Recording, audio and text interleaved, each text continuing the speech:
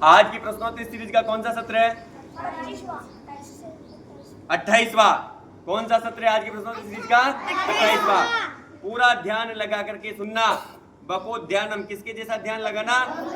हाँ, बगुले के जैसा। निश्चित रूप से सारे प्रश्न अभी स्पष्ट हो जाएंगे। पहला प्रश्न, वर्तमान में भारत में कितने तो राज्य व कितने केंद्र शासित प्रदेश है? आप समझो, संविधान का भाग 1 क्या कहता है? भारत राज्यों का संघ है। भारत राज्यों का संघ है। अब समझना, भारत में राज्य कितने हैं? फिर भारत राज्यों का संघ है तो राज्य है 28। बोलो कितने? 28। और केंद्र शासित प्रदेश कितने? 8। अब समझो, राज्य क्या है, केंद्र शासित प्रदेश क्या है? राज्य वो है जिनमें अपनी विधानसभाएं हैं, उनको कानून बनाने की शक्तियां प्राप्त है, विधायिका शक्तियां प्राप्त है। जबकि केंद्र शासित प्रदेश जिनका नियंत्रण सीधे केंद्र सरकार के पास रहता है। पर कुछ केंद्र शासित प्रदेश ऐसे भी हैं जहां विधानसभाएं हैं, जैसे दिल्ली है, पुडुचेरी है। समझना, तो 28 राज्य और 8 केंद्र शासित प्रदेश। पहले 29 राज्य थे, जम्मू कश्मीर को हटा दिया, तो जम्मू कश्मीर को क्या बना दिया? जम्मू कश्मीर में से 2 केंद्र शासित प्रदेश बना दिए। कौन कौन से? एक तो जम्मू कश्मीर और लद्दाख। जम्मू कश्मीर में भी विधानसभा है।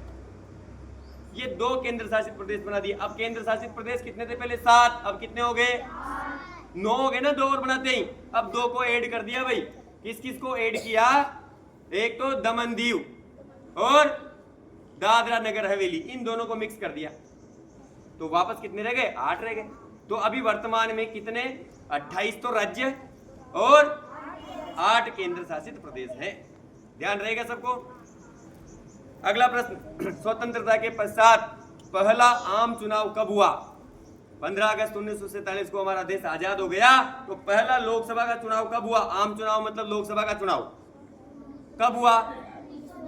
1951-52 में। कब हुआ? हाँ, 1951-52 में।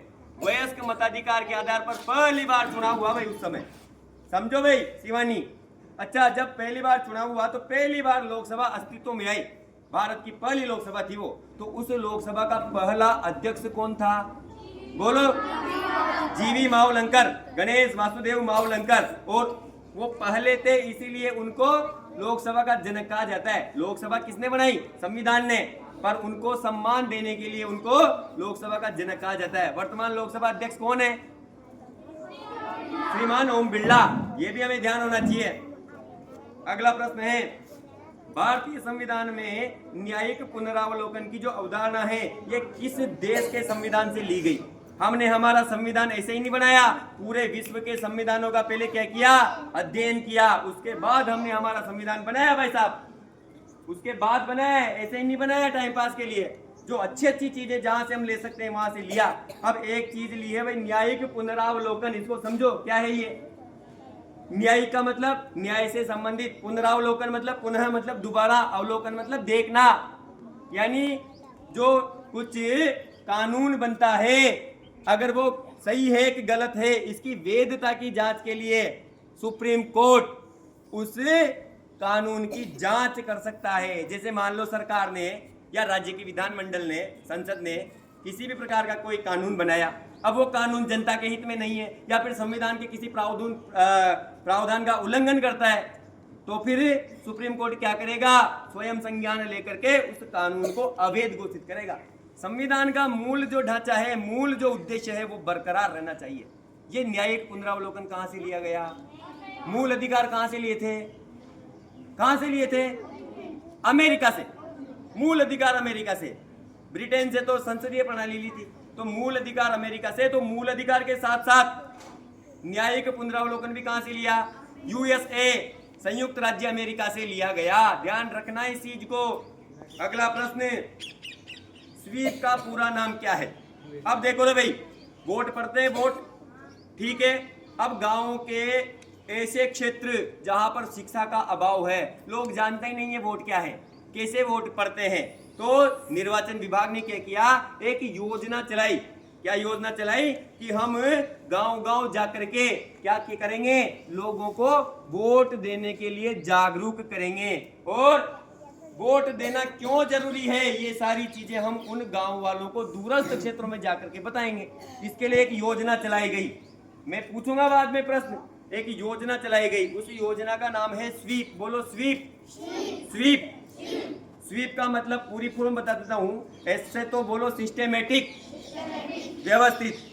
ई से है भाई, वी से है वोटर, मतदाता। ई से है बोलो एजुकेशन, व्यवस्थित मतदाता। शिक्षा, एजुकेशन से शिक्षा।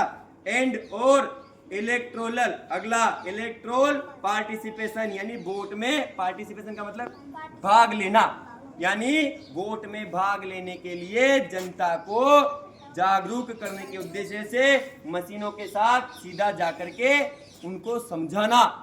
मैं गया हूं स्वीप में, हनुमान जी सर गए स्वीप में, 3 महीने तक गांव गांव घूमे बूंदी जिले में। मैं रामनगर कंजर कॉलोनी में गया हूं और वहां हमने ईवीएम जो होती है ना, ईवीएम, वो ईवीएम पूरी लोगों को इकट्ठा करके उनके सामने उसका प्रेजेंटेशन दिया। ईवीएम क्या है, इसमें कैसे वोट पड़ते हैं, वोट डालना क्यों जरूरी है। भाई सब वोट डालेंगे जब ही तो सबकी इच्छा का प्रतिनिधि चुना जाएगा। समझ में आएंगे ये बात। इसीलिए हमें मतदान पूरा करना चाहिए, 100% मतदान होना चाहिए। इसके लिए कौन सा कार्यक्रम चलाया, स्वीप, जिसकी फुल फॉर्म क्या है बोलो, व्यवस्थित मतदाता शिक्षा और निर्वाचक सहभागिता। आया ध्यान में। अगला प्रश्न है राष्ट्रपति, अच्छा भारत में राष्ट्रपति का चुनाव किस पद्धति से होता है। भारत में राष्ट्रपति का चुनाव किस पद्धति से होता है, ये बहुत महत्वपूर्ण प्रश्न है और शायद ये किसी को पता नहीं है। अगर पता होगा तो केवल नाम बता सकते हैं भाई इस पद्धति से होता है। क्या तुम जानते हो भारत में जो राष्ट्रपति का चुनाव होता है वो किस पद्धति से होता है, कैसे होता है। तुम्हारे गांव में से कोई राष्ट्रपति का वोट देने गया क्या, नहीं गया। वो अप्रत्यक्ष होता है, यानी उसके लिए एक निर्वाचक मंडल होता है। क्या होता है बोलो, निर्वाचक मंडल, यानी हमारे द्वारा चुने गए प्रतिनिधि राष्ट्रपति का चुनाव करते हैं। जिसमें कौन कौन बोलो, लोकसभा के, बोलो लोकसभा के, राज्यसभा के और कुछ केंद्र शासित प्रदेशों के सेलेक्टेड कैंडिडेट, यानी उनमें से भी निर्वाचित सदस्य राष्ट्रपति के चुनाव में भाग लेते हैं। ये तो पता चल गया कि कौन भाग लेते हैं। अब होते कैसे हैं वोट, तो वोट का तरीका है बोलो एकल मत संक्रमणीय आनुपातिक प्रतिनिधित्व। अब देखो आनुपातिक जानते हो, अनुपात में, प्रतिनिधित्व मतलब समझो। जैसे मान लो आनुपातिक प्रतिनिधित्व का मतलब है कि जो निर्वाचक मंडल के सदस्य हैं, जैसे लोकसभा सदस्य हैं, अब वो एक बहुत बड़े क्षेत्र को क्या करते हैं, लीड करते हैं, तो उनके वोट का मूल्य ज्यादा होता है। वहां प्रत्येक मतदाता का मूल्य बराबर नहीं होता, सबका अलग अलग होता है। जो विधायक है वो कम क्षेत्र का प्रतिनिधि करते हैं, मतलब क्षेत्र के हिसाब से जो जितनी ज्यादा जनता का प्रतिनिधित्व करते हैं उसके वोट का मूल्य उतना ही होता है। ये तो हो गया क्या, आनुपातिक प्रतिनिधित्व। अब एकल मत संक्रमणीय का मतलब यानी एक ही वोट संक्रमण करता है, यानी कोई भी राष्ट्रपति उम्मीदवार है, इसको समझते हैं। चलो देखो इसका सबसे अच्छा तरीका, भाई 3 उम्मीदवार राष्ट्रपति पद के लिए खड़े हो जाओ। एक तो तू खड़ी हो जा बेटा, एक राष्ट्रपति पद के लिए ये उम्मीदवार खड़ी है, तू भी आ जा। एक ये है और तू आ जा। ये तीनों राष्ट्रपति पद के लिए उम्मीदवार खड़े हुए हैं हमारे सामने, ये राष्ट्रपति का चुनाव लड़ रहे हैं। अब निर्वाचक मंडल सामने बैठा हुआ है, समझना।